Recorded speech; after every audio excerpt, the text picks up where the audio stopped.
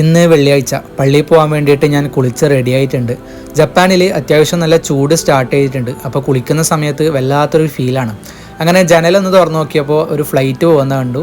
അപ്പോൾ അത്യാവശ്യം വെയിലാണ് കേട്ടോ. നമ്മുടെ തണുപ്പും മഴയൊക്കെ കുറച്ച് കുറഞ്ഞു. ഉച്ചക്ക് ഭക്ഷണം കഴിച്ചിട്ട് തന്നെ പള്ളിയിൽ പോയിട്ട് അവിടെ നിന്ന് നേരെ ഡ്യൂട്ടിക്ക് കയറാനുള്ള പ്ലാനാണ്. അങ്ങനെ തന്നെയാണ് എപ്പോഴും ചെയ്യാറ്. അപ്പോൾ ഞാൻ കുറച്ച് ഇറച്ചിച്ചോറ് ഉണ്ടാക്കിയിട്ടുണ്ടായിരുന്നു. ഇത് ഫസ്റ്റ് ടൈമാണ് ഞാൻ ട്രൈ ചെയ്യുന്നത്. അപ്പോൾ അതിൻ്റെ കൂടെ ഞാൻ തൈര് എടുത്തു. ഫ്രിഡ്ജിൽ തൈര് ഉണ്ടായിരുന്നു.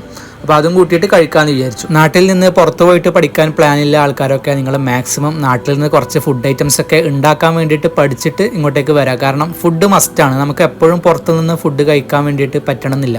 ഓക്കെ, അപ്പോൾ ഞാൻ ഫുഡൊക്കെ കഴിച്ചു കഴിഞ്ഞു. ഇനി നേരെ ഇറങ്ങാണ്. നേരെ പള്ളിയിലേക്ക് പോകണം. പള്ളി കഴിഞ്ഞിട്ട് നേരെ ഡ്യൂട്ടി കയറണം. അങ്ങനെ ഡോറൊക്കെ അടച്ചിട്ട് നേരെ ഇന്ന് നടക്കാൻ തുടങ്ങി. അടുത്താണ് കേട്ടോ പള്ളി, അത്ര ദൂരമൊന്നുമില്ല. ഇതാണ് ക്ലൈമറ്റ്. അത്യാവശ്യം ചെറിയൊരു ചൂടുണ്ട്, പക്ഷേ വീഡിയോയിൽ വെയിൽ കാണാൻ പറ്റുന്നില്ല. അങ്ങനെ നേരെ ഇനി പള്ളിയിലേക്ക് നടക്കാണ്. ഇതാണ് ഇവിടുത്തെ പള്ളി. അത്യാവശ്യം ആൾക്കാരൊക്കെ വന്നു തുടങ്ങി. അങ്ങനെ ഷൂ ഒക്കെ അയച്ചു വെച്ചിട്ട് നേരെ പള്ളിയിലേക്ക് കയറുകയാണ്.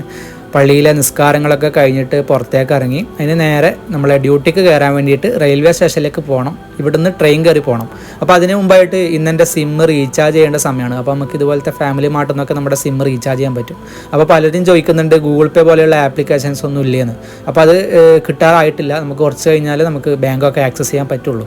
അപ്പോൾ ഞാൻ റീചാർജ് ചെയ്തു. അപ്പോൾ ഇവിടുന്ന് ഒരു എനർജി ഡ്രിങ്ക് എടുക്കാമെന്ന് വിചാരിച്ചു. ജപ്പാൻ്റെ ഒരു എനർജി ഡ്രിങ്കാണ് ഈ ഒരു പൊക്കാരി സ്വീറ്റ് എന്ന് പറയുന്ന ഡ്രിങ്ക്.